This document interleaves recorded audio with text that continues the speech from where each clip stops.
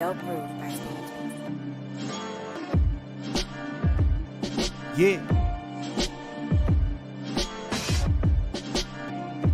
It's a big game. Who you know that got it behind the scenes like behind the O-line soon as the QB say hype? It's big game, big game. Analysis from the player's point of view. Injuries, big trades, player news. Yeah, sector competition, and he play with Tony Dungy. Better listen, I'm talking about Big Game Sports Buzz. Said everything you need and more. Yeah. Big Game Sports Buzz. I thought I told you once before. We call him Big Game James. Yeah, Big Game James. What's up, everybody? Welcome to another episode and edition of Big Game Sports Buzz, where the fanatic and the pro athlete are able to talk about sports and everything surrounded. Of course, I'm J-Stogs representing the them boys. That's right, them Cowboys. And of course, the man, the myth, the legend, none other than Big Game James, Canada, former player for the Bucks and the Colts. What's up, Big Game? How you feeling, man? Hey, man, Jay, I'm great. I'm just trying to figure out how I'm going to stomach that outfit right now, bro. Oh, man. Hey. 110% honest with you. I'm ready to. I'm glad I haven't eaten dinner yet. It's going to be all over my screen. Oh, man, I love it. I love it. Big Ryan, good to see you, bruh. Good to see you. I'm so glad you're here joining us. Yo, make sure before we even go and do and start what we're about to do here, make sure that you like, subscribe, hit the bell so you know when we are about to go live. Oh, man, you see how hype I am right now, bro? I'm so hype right now. Yeah. I'm so hype right now. I'm just ready to get into this thing. I'm just so ready. Hype, bro. Hey, guess what, though? It's all to the good because that is what we're here for. We're here for you to be able to express your fanism. Is that a word? Or did I make one up? You just made one up. That's a football word that you just made up. It's a coachism. It's a coachism. I want people to enjoy you expressing your fanitude. It's all good. Fanitude. Because there's a certain oomph about what you do and what you got going on right now, J-Stogs. And that's why I love you to death, dog. That's it. I can forgive you liking the boys. You know what I'm saying? And since y'all won last week, I won't say to cowgirls. Fanaticism. So I will forgive you liking the boys because of your fanitude right now. You know what I'm saying? You know what, Big Game? I'm going to go ahead and help you out, brother. Fanaticism. That's the word for this evening. I know that, you know what I'm saying, a lot of people don't, know some of these words, and I'm going to help you out. It is called fanaticism. I have every word that is related to being a fanatic. Fanaticism. Enjoy the fanaticism because there is a lot of fanatics out here that are loving what's going on. So, yo, Big Game, you ready to get into this thing, bro? Hey, let's do what we do, dog. Let's take it to the 4 down, baby. Let's get to the 4 downs. All right, and then 4 downs, this is where Big Game and J-Stogs, and of course, you are able to talk about some of the things that are going on in the sports world. And the first one, of course, this past weekend, we saw some craziness in the college football playoffs. Wow. I got to start it off with this. Did we believe Georgia? Did we believe them? Is Bama just that good or Georgia just that bad? Jay, I drank it. I drank all of it. Everybody drank the Kool-Aid. I drank it. I drank the Kool-Aid. I was on the Georgia juice. You know what I'm saying? I wanted to believe that the dogs could get it done. But looking at Nick Saban and what he's done since in Alabama, man, it is hard to think anything but pure genius and dominance. Yeah. And when we say adjustments, they made the adjustments.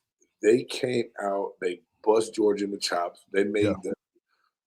I mean, well, early on it was good, but at a point in time, Bryce Young got to a rhythm and point in that game where I was like, Alabama's not losing this game. No, it was just too much. In Georgia, unfortunately, I don't want to say they didn't play people of the caliber of Bama because, they played SEC, right? So they played those caliber type teams, but when you get beat by Bama like this isn't a new thing for Georgia. It's happened. It's not just it just start happening. It's been happening. So it's like, happening. but Jay, hey, and to just say this, and I might piss some Bama fans off, and I don't care. Honestly, if you take Georgia, and this is a question I'm posing to you, and I want to hear what you think, and not taking too much of the 4 downs with it. But if you remove, because everyone's all talking about the SEC this, SEC that all the time, right? Yeah. If you take out Georgia, Alabama, Mm-hmm. and even A&M after they kind of rebounded this year, right? Isn't the SEC just mediocre with the football they put on the field this year? Or am I tripping? Wow. I mean, you still have LSU. That's okay. Well, are they relevant? What did the Go By You Bengals do this year, Jay? They fired old good old Ed because he couldn't get them done. Boy, he was LSU all night. Listen, Coach O and my guy over in Jacksonville were out there busting it up, you know what I'm saying, getting twerked on with these little old girls. And so that's what Coach O's problem was. He got caught up in the hype. But I don't know, man. LSU, they're still supposed to be a relevant program. But yeah, you take out Bama, you take out Georgia. I think at that point, Ron Lamb said no, Jay. No. Yeah, I mean, Coach O, who don't like Coach O, man? Just he geeky all the way. Like he's made for LSU. He's made for that program. And someone's going to land Coach O. Yeah. He'll be a defensive coordinator, and he'll be their recruiting lead again like he has been. He brings talent. LSU got hit with a lot of injuries this year. They had a lot of guys opt out the year before because a lot of things is going on. But they had a big fall from grace. But my whole thing is, and we're going to get back on Bama because that's really the topic at the end of this down. It is. But I get so sick of hearing about SEC football all the time where I just don't think that this year was the premier year for SEC as a whole. Now, normally, is the SEC the conference to beat? Yes, but I think so much of it is made up by the media and it carries on all the time that people get overlooked all the time.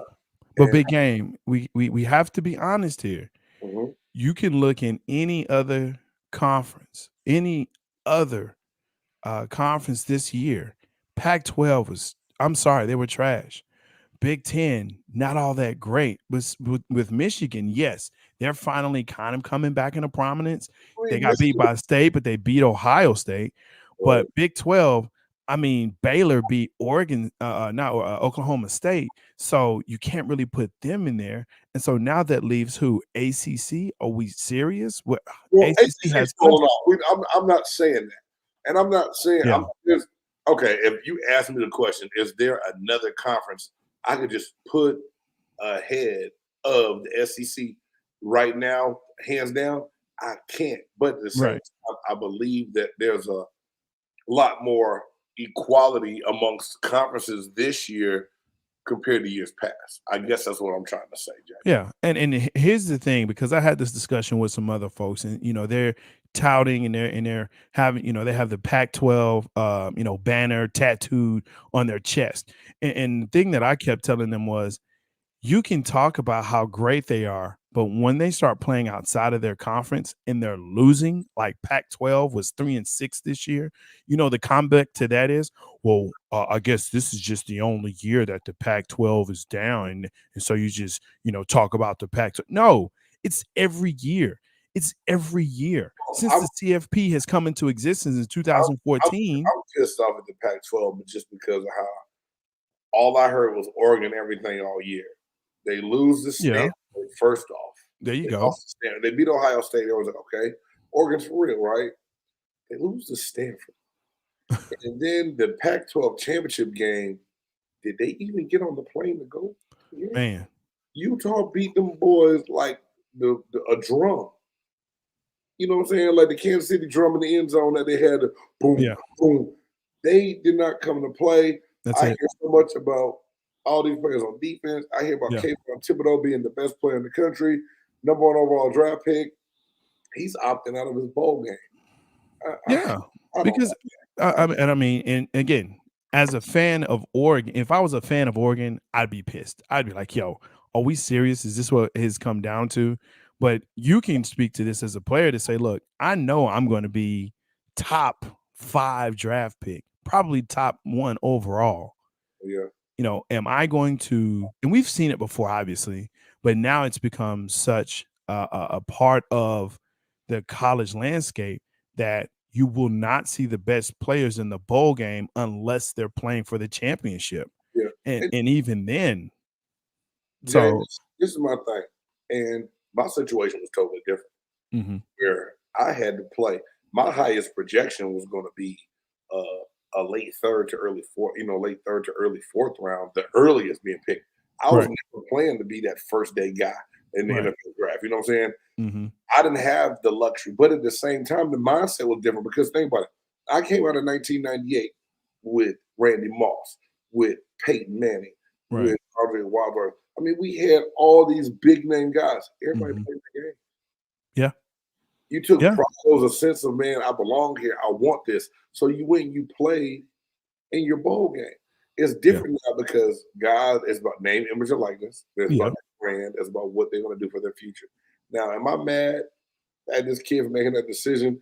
As a fan, selfishly, I can say, yeah. But being the player, I can totally understand why that decision was made and why he's doing it. Not mad at that. My whole thing is, I heard so many great things about this guy being the biggest beast in the world. Right. And I see that play in those games I needed to see him in. In those games I would have gotten Oregon out of the Pac-12 to represent the Pac-12 in the playoffs. And the Pac-12 is missing that right now. They need a team that can dominate and go toe-to-toe like SC once did. As they once did. And there was a time when you had Stanford that was on top of the heap, and you had Oregon, and OSU was like a big game, and you had, like you said, USC and UCLA at one time that was, oh man, we've got to stay up and watch this game, or we've got to make sure we catch these games. But now, they come on late in the first place. So East Coast and Southwest, we don't really care. And then the other part of it is if they play anybody outside of their conference, they're going to lose. So why am I going to watch that trash? I'm sorry. No, thank you. I'd rather watch Virginia Tech. I'm sorry. No, I won't. I'd rather watch. You're lying. But don't call it. I'm not. You're not tuning into the ACC Virginia Tech game. No, I'm not. I'm not. Just like no one wants to watch West Virginia come to play in the Big 12. I still don't understand that logistically. You have SC around the corner. But anyway, and Houston down, you know what I'm saying? But you man. Well, that's recruiting. That's recruiting, and that's dollars. That's all that is. That's a whole nother show because the team tore that up is jumping ship to go be the new ragdoll in the SEC in 3 years. Oh my gosh, it's gonna happen. Oof. Hey, it's gonna happen. That's it. Yo, let's go ahead and get into that second down. Second down. I don't know if anyone noticed the horrendous Monday night game, but actually I can't even say horrendous. This is what I've heard people say. It was horrible to watch, but I'm glad that it happened. It was the game against the Pats and the Bills, and the Pats came out as the number 1 team in the AFC now. Are Pats truly the number 1 team? Are we ready to go ahead and, as Coach Denny Green would say, crown them? Are we ready to crown them? We knew who they were, and we crowned them. Let's crown them. Are we ready to crown the Pats number 1? First off, 11-7 football game is like a high scoring baseball game. It was like, what the hell? I mean, I will give credit when credit is due. We understand that. And when they were 1-3, I wrote the Patriots off. I said, they're gonna have another horrible year. They're not gonna beat anybody. Yep. It's hard to watch. Yeah. We're gonna dominate this division. And let's move on, right? All of a sudden, they are back in the mix. Man. They're playing Patriot football. And they are about to win that division because the Bills are the Bills are gonna find a way to choke. That's what they're doing. So if you go out and you win a football game, you only throw the ball 3 times in today's NFL and still manage to win, you're doing something right. But check it out. He had 66% completion rate. So he at least got 2 of those.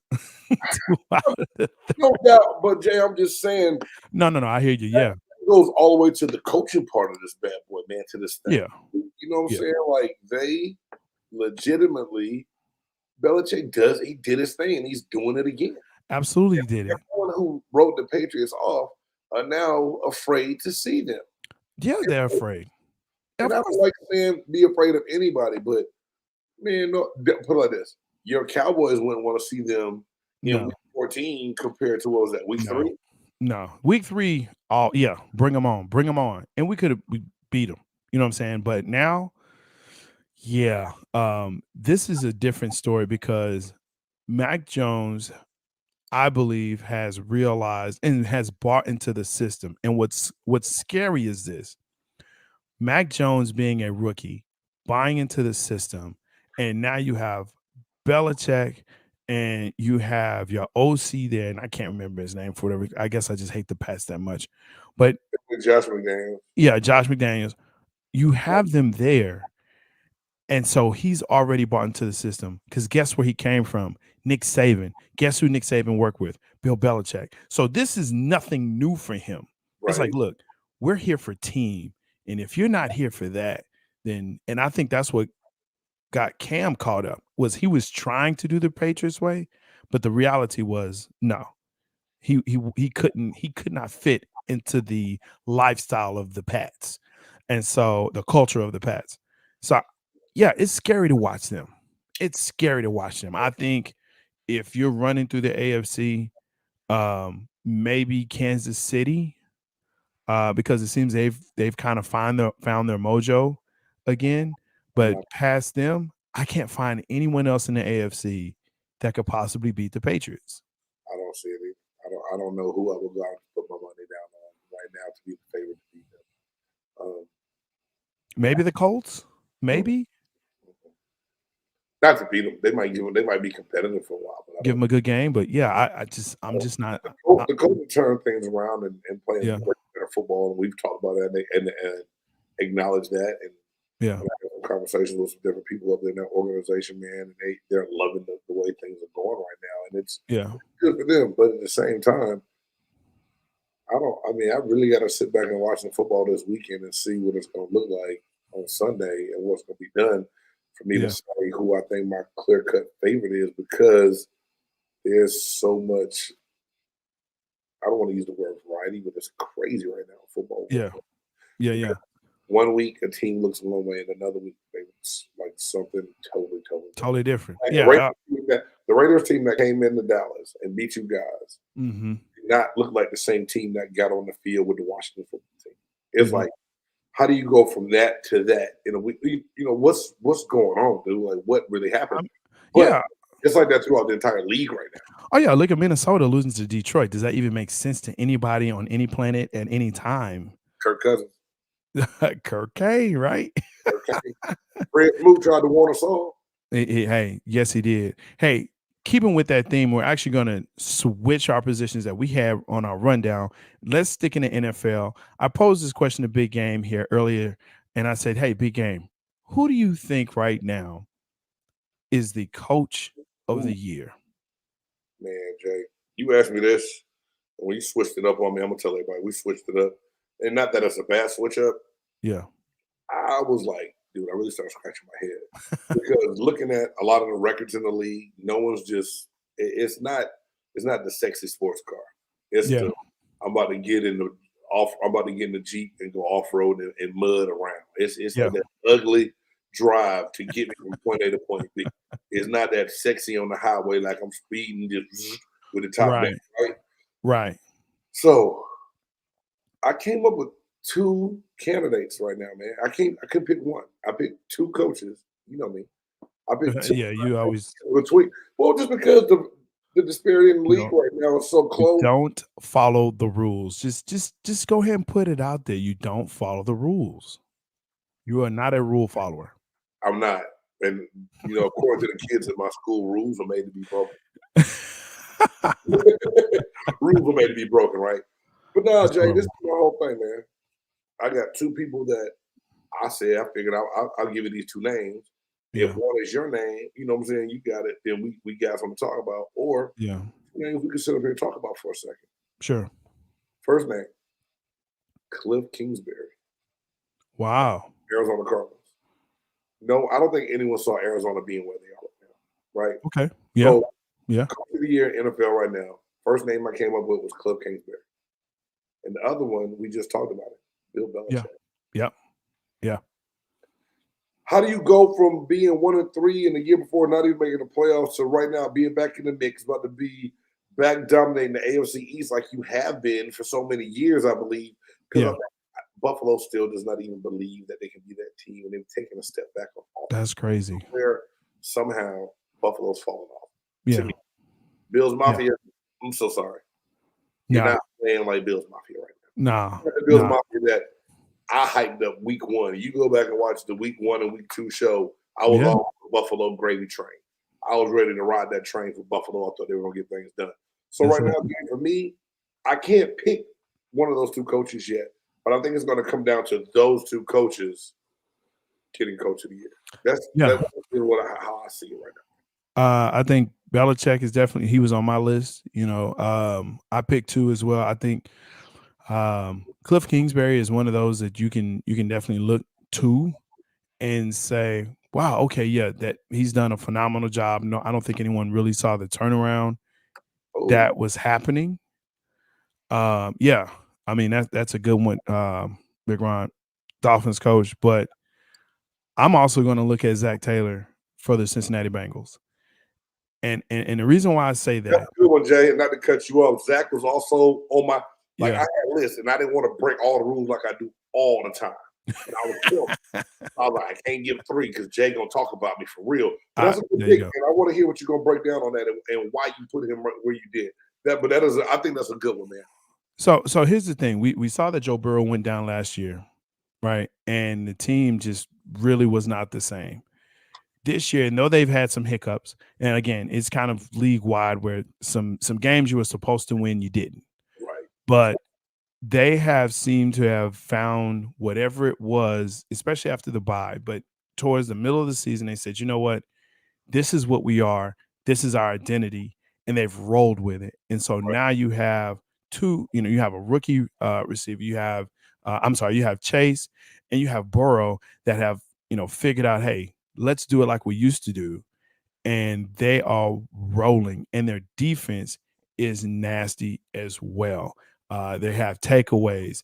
They are definitely a team to be reckoned with. And I think when you look at the transition from last season to this season, and Bill Belichick again, I think he is going to go down as one of the greatest football coaches, maybe even coaches of all time in all of sports.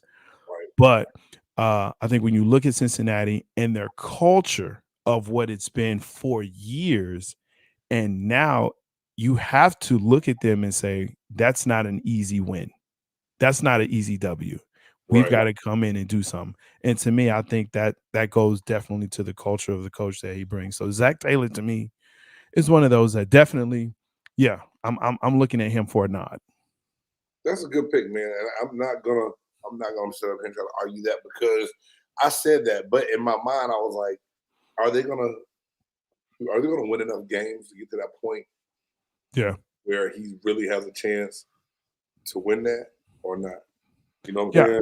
So yeah. And Ron, to your point, Rodgers does get a lot of credit, but I think it's deservedly so. And I'm not a Rodgers fan. Let me say that right off the bat. I think I just don't like the dude. I don't. But if you take him off that team and you put in Love, that squad does nothing. That squad goes nowhere. Aaron Rodgers is the dude. He makes it go. So yes, the coach is instrumental, but we have seen, and I'm gonna give you a name, Barry Switzer. You went there, huh? Barry Switzer has an NFL championship as a coach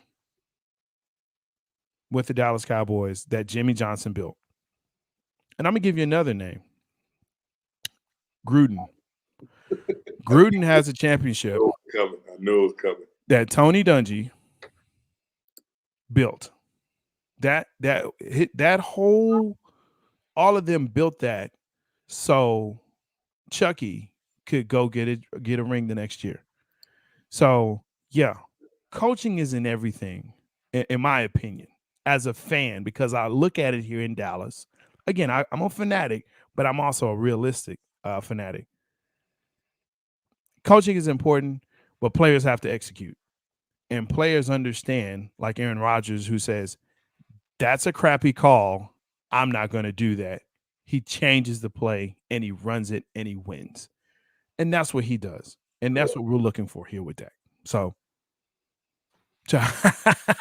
don't ever mention Chucky's name again. Hey, man. Hey. We all know how I feel on that and what they did to that friend. Hey, now, my whole thing was, too, if the Raiders were playing a little bit better right now, I think the interim coach could have been talked about, because he's doing the guys buy into. I think he's doing great. He's doing a great job. It's just, tough, man, to take over an NFL franchise in the middle of the season and try to cover up all the crap that's happening with them right now, man. It happens. Hats off to that Raiders organization for even trying to get through. No doubt about that. No doubt about that. That's tough. That's tough work.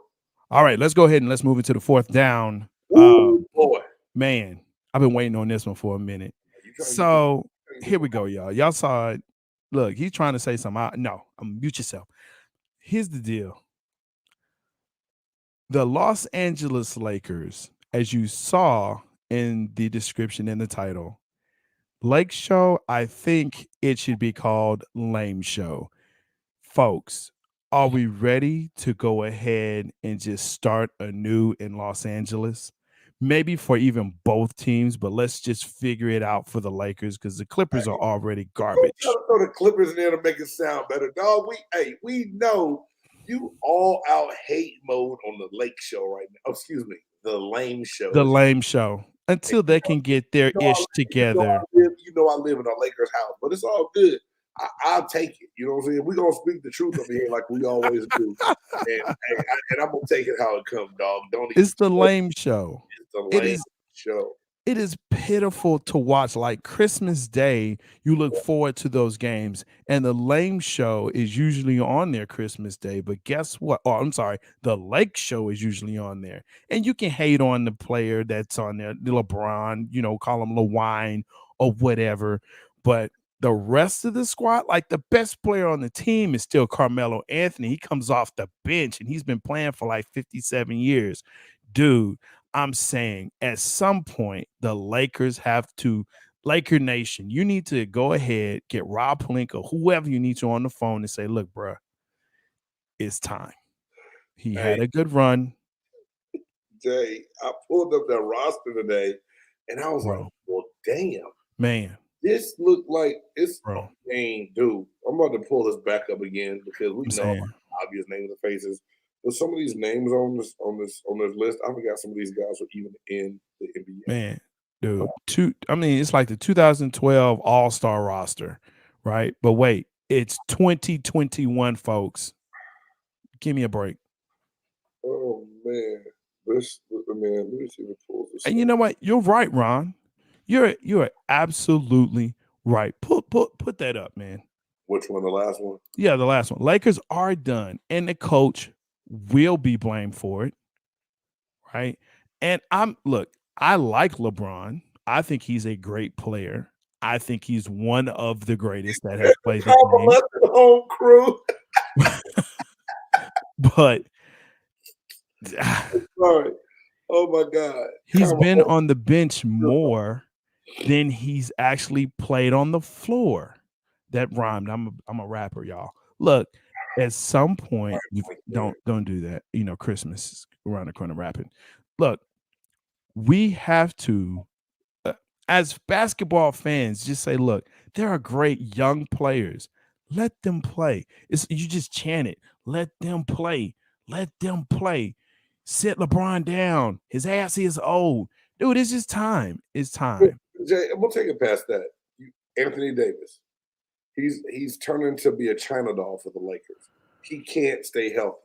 You went to go get him to make him the piece that LeBron needed to function right, not working out right. Now it's just like, do we even count that bubble championship? Because the way they're playing makes it seem like it was just set up for them to have success and win it, maybe, right? I don't know. They won it. It is what it is. But you look at the different people on that roster. Anthony Davis does not do his part, and he will not play big man basketball. No. They're currently they're in the 6th place in the West. They moved up because they were in 8th. 13. Well, because your Mavericks dropped a couple they shouldn't have lost. No, don't do that. But 13 and 12, and it just looks like old man basketball. Like, you want to go home and put the Lakers on.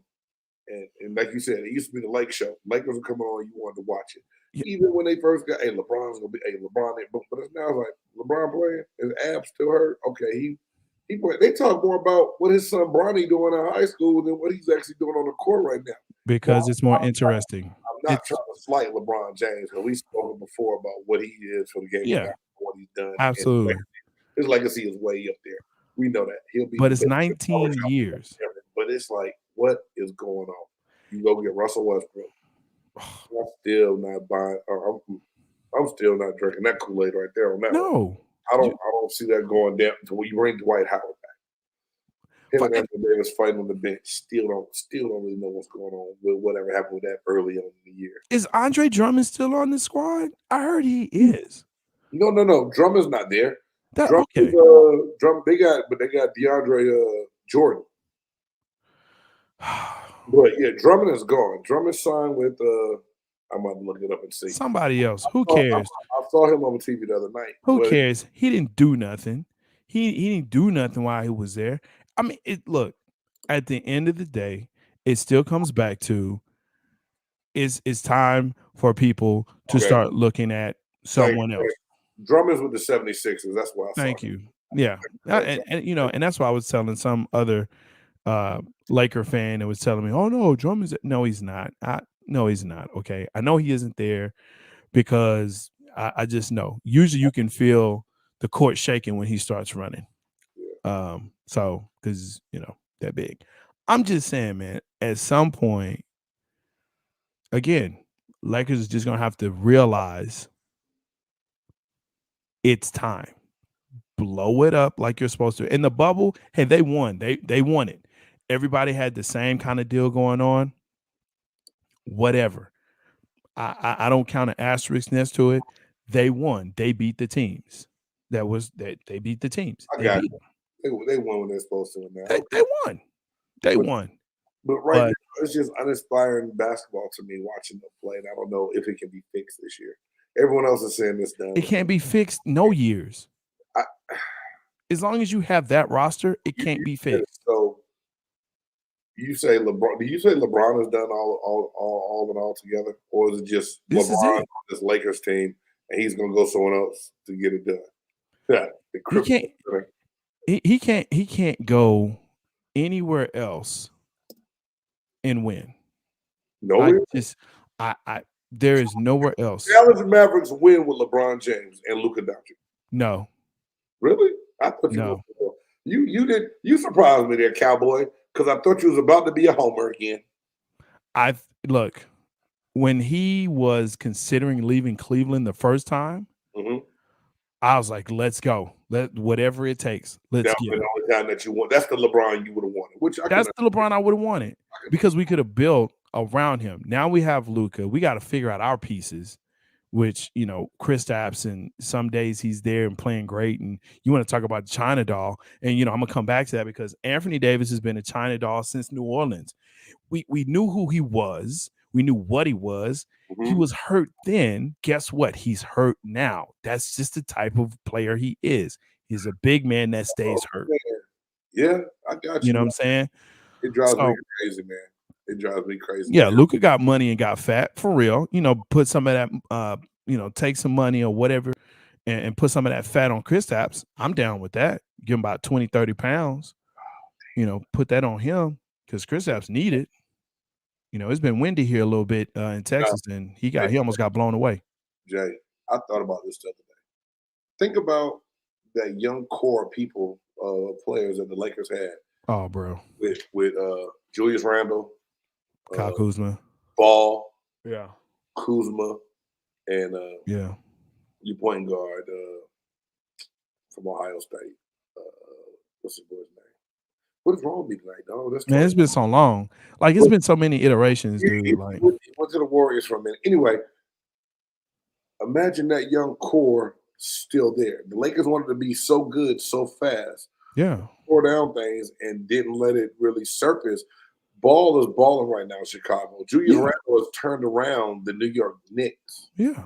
You know what I'm saying? He getting the bag. Kuzma, aside from wearing the big-ass Sesame Street sweater to the arena a couple weeks ago, is a key role player. But you could have still had some of those pieces, and now it's gone. Yeah. I mean, it's just one of those things that you look at. Like you said, they built the team for what they wanted. They won a championship that year. Mm-hmm. You know, well, actually, it was the second year. Past that, there was nothing else. And you had to realize that, you know, year 16, 17, you know, when they won the championship, now here we are, 18, he's hurt.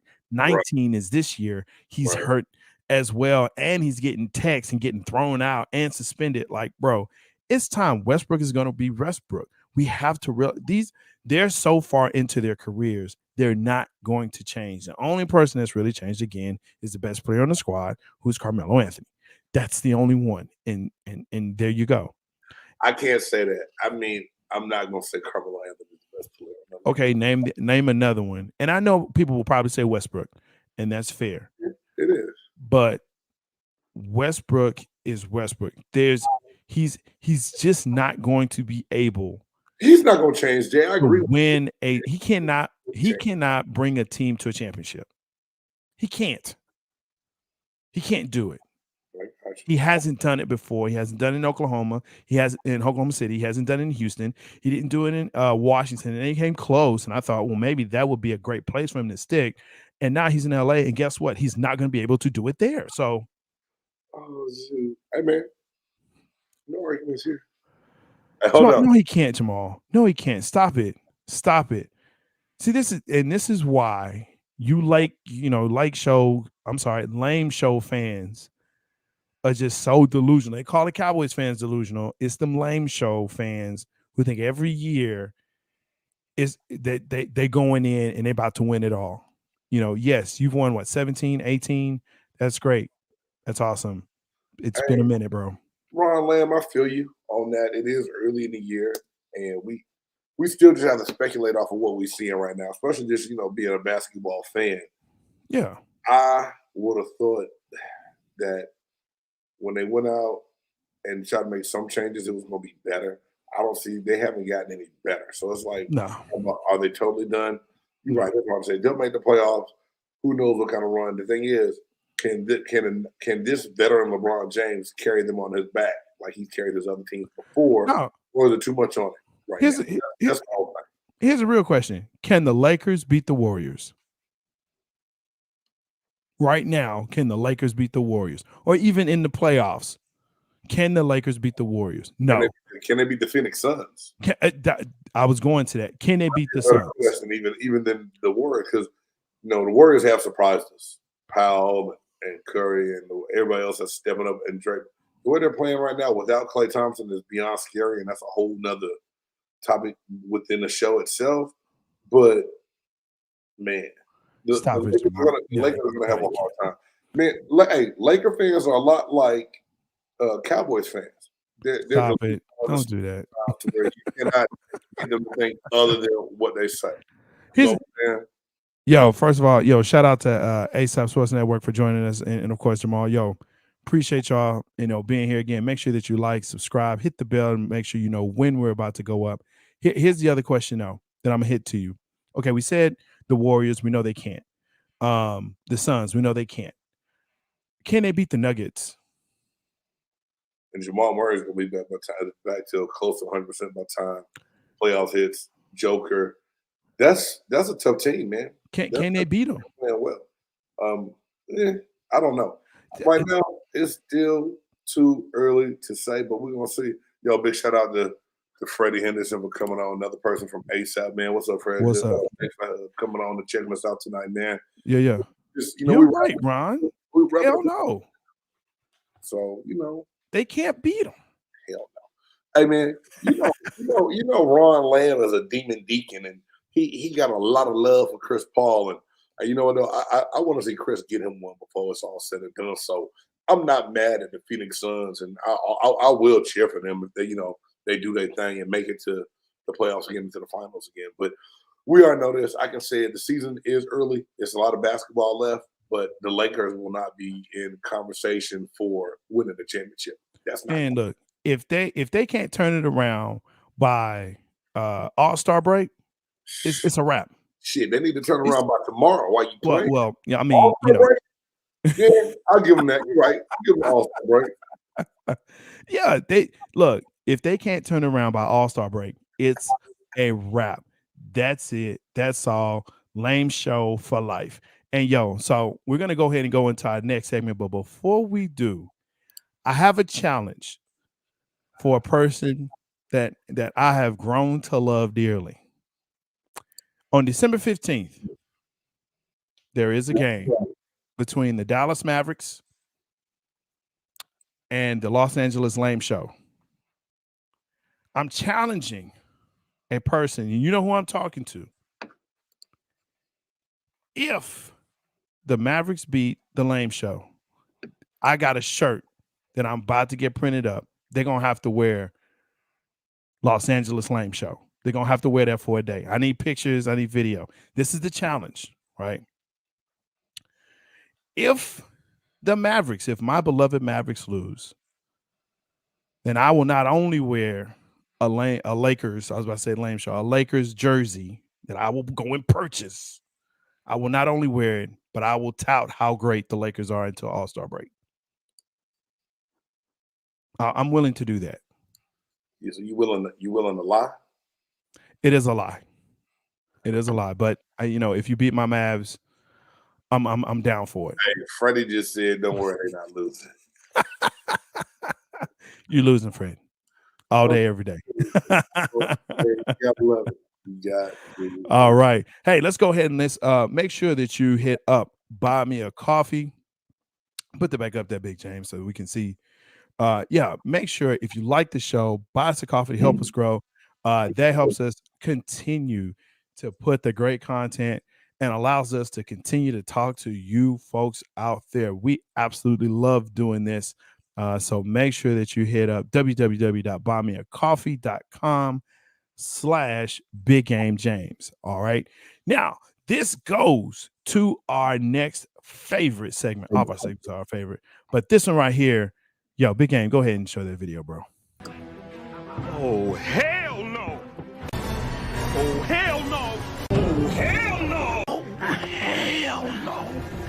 Oh, hell no. Oh, hell no. Oh, hell no. That's right, folks. See, it's about to be on. It is our favorite segment. Oh, hell no. It's where we see things that happen throughout the week that make us say, oh, hell no. Now, I'm going to let you go first this week, Big Game. Okay. Hey, well, I know you got a good one. Hey, man, you know, I troll. This segment makes me turn to a little bit of a internet troll to try to little bit stuff. A little bit. That's really going to make me say, oh, hell to the no, right?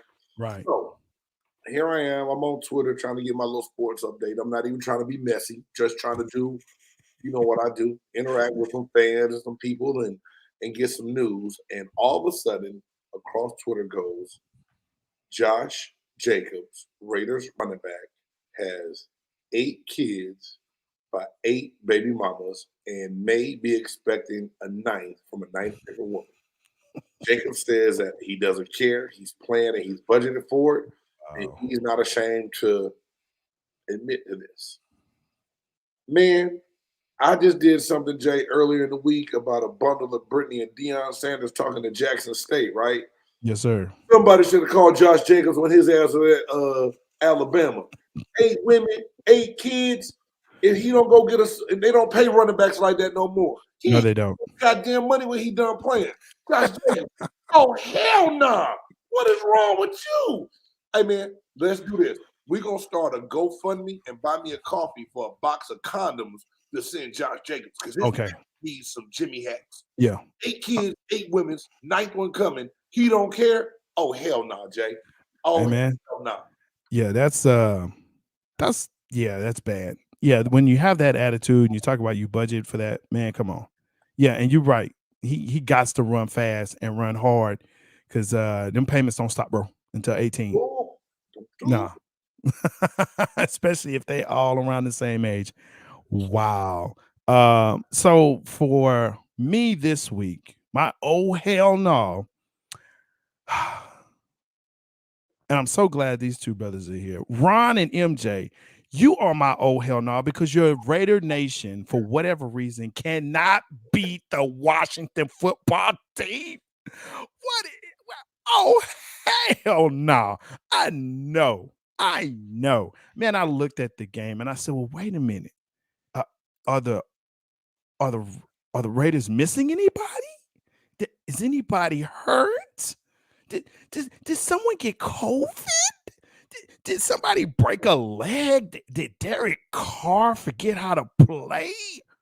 Bro, for every time that the Raider Nation trolls Cowboy Nation, right? America's team. And that's why I wore this. I wore this for them. You know, now I feel like I'm getting into my Stephen A. You knew it was coming. Y'all get up here and y'all want to masticate the Cowboys. Y'all want to come up here and, you know, proliferate and all of these things and say how bad the Cowboys are because they can't beat the lowly Raiders. You know what? You're right. You got us that week. But y'all can't beat the Washington football team. And they didn't even have their best on the field.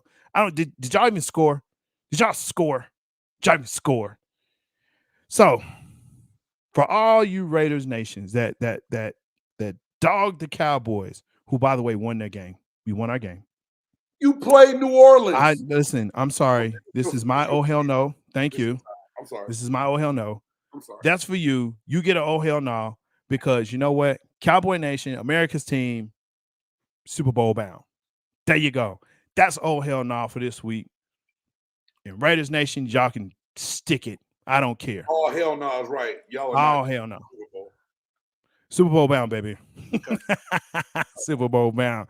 Hey, that is oh hell no for this week. We still appreciate you coming in and making sure that you help us on our hell no. Again, make sure, like the show, buy us a coffee, help us grow.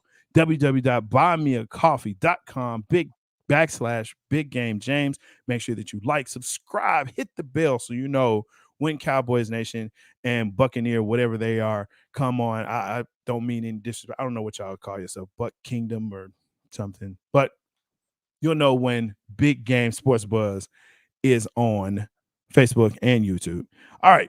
You trying to throw shade, y'all. It's okay, though. I'm good with it. I'm not throwing shade, man. Just, you know. This Buccaneer, whatever you guys. Be somebody. Just be somebody. All right. We will. As we beat Buffalo this weekend, I'm going to play DJ Khaled. All we do is win. Oh my gosh! No one wants to hear that. I'm just gonna let you know we're gonna get the home field. Hey, we're not gonna get sidetracked with that, Jay. We're gonna keep this thing. Thank you. I sure appreciate that. Let's go ahead and let's get into our next segment. Of course, this week, who you got? I'm gonna go ahead and I'm gonna jump into this real quick, man. For who you got? Hey, there's one person right now in the league that is lighting it up, and everybody is watching him, and that's one Stephen Curry. I actually think he's going to break the record, not this game, but next game. But the fact that he's about to surpass Ray Allen as the most made threes in NBA history and still has more years to go. Dude, this is a record that will not be broken anytime. I just don't think it'll be broken ever. What does he need? 12? How many does he need, Jay? He needs 10. He needs 10. He needs 10 going into this game against Philly. And you know what? He can probably do it because it's Philly. Sorry, Philly fans, but that's just, it's what it is. All right. Trust whatever. You can trust the process if you like losing. If the process always gets you losing, trust it. That's who I got, man. Steph Curry is, and I posed this question last time, and I pose it again. If he wins the championship, maybe even 2, can we go ahead and start putting him in to the conversation of one of, not the, but one of the greatest of all time? Not just a shooter. That's not the talk we ever have, Jay. You don't walk into the shop and go, hey, he's one of the greatest of all time. You walk into the shop and say, hey, he's the greatest. That's what I think. No, I think you could do that. I think you could do that. You can have the other conversation? I think so. I think so because, you know, that goes into the Kobe conversation and, of course, the LeBron conversation and KD conversation because, you know, for whatever you want to say, Michael Jordan, Bill Russell, you know, Kareem Abdul-Jabbar, like those are the ones you can debate as the greatest. But now you start talking about Rushmores. Okay, I give you that. Right. I can give you the one of the. Okay, I see where you. I see where you're going. Because here's the other question: LeBron has 4. If Steph gets 5, do we knock LeBron off of the Mount Rushmore and put Steph on Mount Rushmore? It's not going to happen. I think it could. I mean, I think the greatest shooter of all time, hands down, by far. He has that. Say that. He has that. Man, that's a tough one, man. We're gonna save that for the next show. No, I don't know. We'll save that for the next show. Okay. We'll save that. Y'all come back now. You're here, and we'll have that for the next show. Who you got, Big Game? Who you got for this week? Well, my who you got, man, is a couple weeks off, but at the same time, I had to touch on it now because we talked about it a little bit earlier when we talked about Alabama Crimson Tide, and it's all about the Georgia Bulldogs. Right now, the University of Georgia, they were riding high, and I think that just because the way the playoffs are set up, and this is my whole thing, I think it's bullshit, excuse my language, that the playoff structure had Georgia at 1, Michigan at 2, but then when Georgia loses, Michigan stays at 2 and Bama jumps to 1 because they want to set up the rematch. They're hoping that Georgia can beat Michigan, and they're just assuming that Bama's going to kill Cincinnati, right? But my who you got right now is Kirby Smart and the Georgia Bulldogs. As my person and as my team, they have got to really show that they can get over the hump and that they can beat a Nick Saban-led Crimson Tide if they're going to have success.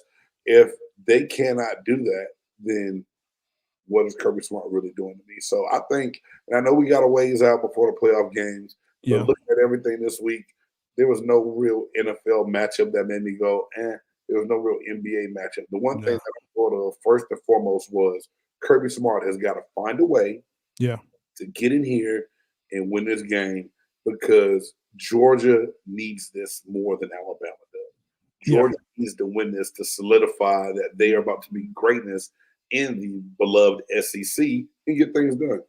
Well, I think that's been always kind of the knock on Georgia is they can be great and they can do really well until they face Bama.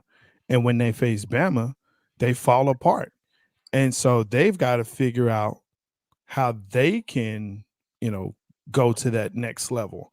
I don't see, and, Ron actually brings up a good point. They may not be Michigan because no doubt, because Bama put a hurting on them and exposed them. And now Michigan is sitting there saying, you know what? And their defense, Michigan's defense, no one is really, I don't think, talking about their defense enough. Their defense is cold. I saw them against Ohio State and said, oh my gosh. They looked real good that game. Man. So, I mean, if UGA can't get it together with Michigan's defense, they'll be going home. It's not going to be a rematch. And now you'll have, Bama's going to knock the brakes. They're going to beat the brakes off of Cincinnati. Okay. They're going to beat the brakes off of them. It may be closer than you think, Jay. I don't. I'm taking the over. Whatever it is, I'm taking the over. I'm taking all the over. Okay. Well, we're going to talk about that a little bit when we get close to the game. That'll work. I'm not mad at you at all, bro, man. Not at all. All right, folks. As we start to get to that twilight hour, this is one of, again, we love all our segments, but this one we absolutely adore. This is, of course, our top 5. And Again, like the show, buy a coffee, www.buymeacoffee.com/Big Game James. Top 5 this week. We talked about them a little bit. But this week is top 5 point guards of all time. Little sound effects there for you. So let's go ahead. Let's get into it. We always like to let Big James go first because, he likes to cheat and we have to keep him honest. So, Big Game, give us your top 5 point guards of all time. Hey, can I ask you a question real quick, though? If you must, Big Game. I must. How do I cheat? What do you consider cheating, Jay? First of all, you're going to tell me the ones that you wanted to put in. I'm not this time. I really. Yeah. Okay. I will say this though before we get started. And then you're going to actually name a 2 guard, but say, well, you know what? They handled the ball. See, right there, that part right there. They are not listed as a PG. They have to be listed as PG. That is a point guard. I have all PGs on my list. Believe it or not, I do. We'll see. Now, was this list hard? Hell yeah. Yeah. It was like walking up a hill in church shoes with a sheet of ice on it. You know what I'm saying? This list was hard, dog. You wanted me to take today's NBA, past NBA, and point guard position. Yes. Down to 5 players. Yes. Hey, I reworked this thing a couple different times just to let you know. But what I'm going to do is give you what I got. All those great point guards that I left off my list, you would have been on it if it was a top 10. But because of the top 5, you kind of on my reserve bank. You're my word bank over there on the side for scrap. Number 5, Isaiah Thomas. Bad boys Isaiah Thomas is what I'm talking about. Yeah. You know what? This is one guy that I think gets a lot of criticism for the non-handshake against the Chicago Bulls in the Eastern Conference championship back in the 90s, but was a great point guard for all of his career. You look at his stat line, 19.2 points he averaged over his career, 9.3 assists, and he has 2 championship rings. We always put rings in the 5, 6, and up category, but Isaiah Thomas, for his amount of time in the league, was one of the best to do it, and I think that he's very deserving of being on this top 5. All right, number 4 for me, the answer, Allen Iverson. More of a scoring point guard, 26.2 points, 6.2 assists. But that size and that ferociousness and what he brought to the court, I think everyone loved to watch him play.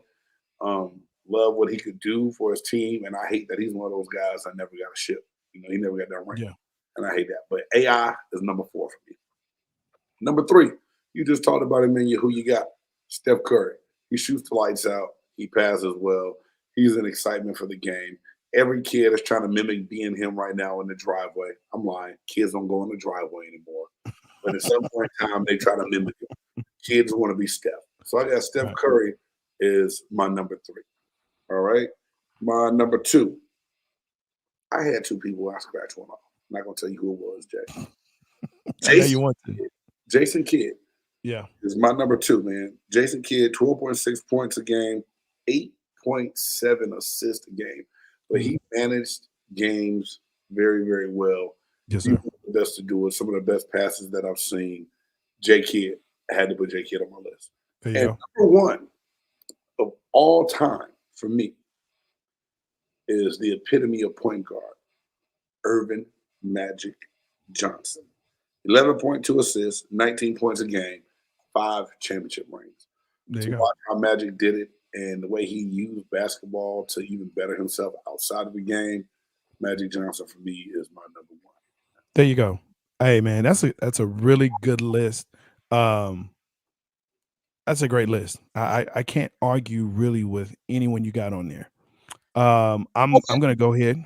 Yeah, I'm gonna go ahead and hit mine up. And here's the thing I'm gonna do is I'm gonna name some of the people that you had. Irvin Magic Johnson, of course, is on my list. That I agree. I don't do numbers. I don't put him in 1 through 5, but he definitely is, again, Mount Rushmore. He is the point guard. That's it. Especially sitting at 6'9". That's just crazy. But yeah, he is definitely that person. Okay. So Magic Johnson, no doubt. Steve Nash. Steve Nash is on my list.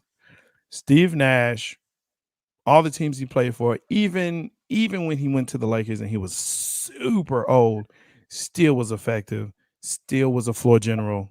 To me, that was the dude. Steve Nash was the guy.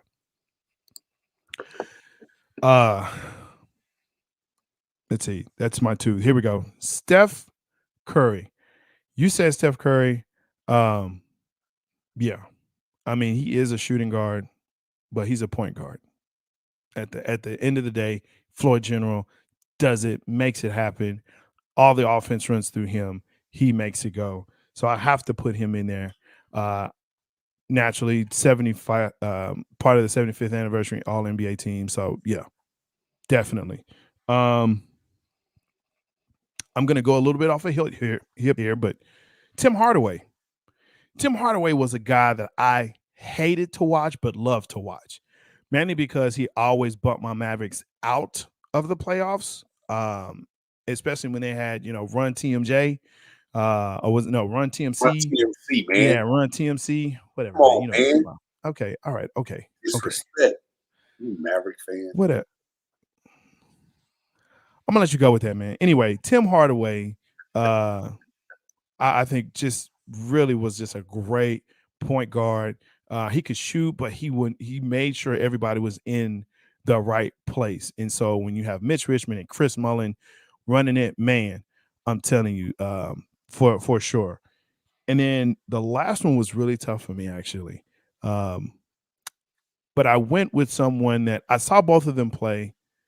But I believe that he was just more of a formidable point guard, and that's Tony Parker. I knew you were going to say that for some reason. I knew it because he was on my honorable mention list. Now. Yeah, and I think he's again, and this is why we do top 5. There's that one person that, and even two people that you can say, you know what, I can put them here, but they also could go here at 6 or even 7. But if I put them there, then, and so that 5th spot to me is always the most difficult because I have to take someone out. I'm not going to tell you who I took out, but just know that I just think Tony Parker is just a little bit better than that person. So there's my top 5. Jay, make sure. I cheated tonight, man. I put some of my names in the chat, but I didn't. I know you did. Because that's what you do. I don't think I didn't notice the honorable mentions in the Big Game Sports Buzz, because that's what you do. You're a rule breaker. CP3 was my honorable mention, Ron Land. I'm sorry. Yeah. He didn't make my list, bro. CP3 is great. I mean, I would definitely take him right here on this Peachtree team right now. Y'all can take that. The Phoenix can take Trae Young and give me, not mine. But I definitely would have taken a Chris Paul as well. CP3 is awesome, but I mean, do you put CP3 over Tony Parker? Do you put him over Tim Hardaway? Honestly. But then again, I'm gonna stop because I'm gonna start saying other names. You will tell me I'm cheating again, bro. You are cheating. I'm not cheating. You are cheating. We're having a discussion, man. That's what we do. We talk. You cheated because you put it in the chat. That's what makes you cheating. That was for the people. That was for the people. And Big Game Sports Buzz. Big Game Sports Buzz. That's other people. I hear you, man. For the people. Let's go ahead and let's wrap this show up with, of course, one of our great segments, Big Games Extra Point. Hey, the other day, man, it popped up on Facebook, Twitter, Instagram that Coach Prime had decided to bring in a famous IG model to talk to his Jackson State football team. Now, I never want to be one to pass judgment on anyone, but yet sometimes it's so easy to pass that judgment. I just gave Coach Prime a lot of love and a lot of props for winning a conference championship, what he's done for HBCU football. And then all of a sudden, I was ready to slam him for what he did. I was fortunate enough to play in the NFL and play a total of 8 years of professional football, counting other leagues as well. And I stopped to think back to a lot of the times when we went through symposiums and trying to be schooled on how we should or shouldn't act. I don't think Deion Sanders did anything different than what most coaches or people would do when it comes down to trying to school the young men that's on your football team. And Deion Sanders said that he wanted them to learn game from the other side, not just the game of a man, but the game of a woman. And let me tell you guys, he picked one hell of a person to do it. The thing about it is, I said when I was pissed off about it and told one of my friends, a bundle of Brittany is a professional thought. You know what I'm saying? She knows how to dig her claws into people. One of the people that she got her claws in, I'm actually friends with their family. But at the same time, I had to stop and think. Brittany didn't do anything that that player in person didn't let her do. He fell for the okie doke. He fell for the bait. And now she's paid for the next 18 years. Is that really her fault? No. Is it really Coach Prime's fault for bringing her in? No. Because one thing that we have to remember, in this day and age, in the internet era, these young men live by social media. They're on it all the time. They relate to it. So instead of going and get someone that they don't know, Coach Prime brought in someone that they've seen. Now, did they get the message? Or were they too busy looking at what she had on? That's not for me to judge or me to say. For me, I must admit, I think the coach did the right thing, trying to bring someone in to school these young men on how to be knowledgeable about who they decide to lay down with or get with later on. We just joked about Josh Jacobs having 8 baby mamas, 8 kids, and probably a 9th one on the way. If Coach Prime can bring in a bundle of Brittany and help these young men make the right decision, not go and have a bunch of kids out of wedlock, and make a good choice, Coach Prime did the job he was supposed to do for his young man. I'm Big Game. That's my extra point. Yo, as always, bro, bringing the fire. Make sure that you like, subscribe, hit the bell for Big Game Sports Buzz so you know that we're when we come on, we are going to have our website coming up pretty soon. So look for that. You will be able to catch the Big Game Extra Points on there, as well as vlogs that both he and I do. And coming up, make sure that you check out Big Game James on the Buccaneers Report. He'll be doing that. I'm so proud of him for that. Big up for that. Yeah, for sure. And also, you know what I'm saying, I'm gonna be starting up Cowboys Connection, so you'll be able to check that out. But make sure you check out Big Game when he does the Buccaneers Report. That's gonna be big. Again, thank you so much for joining us here on Big Game Sports Buzz. I'm J-Stogs. He's Big Game James. Yo, peace, loving. How about them Cowboys? Don't do that. Dope. It's a dope groove. Yeah. It's a big game. Who you know that got it behind the scenes like behind the O-line soon as the QB say hype. It's big game, big game. Analysis from the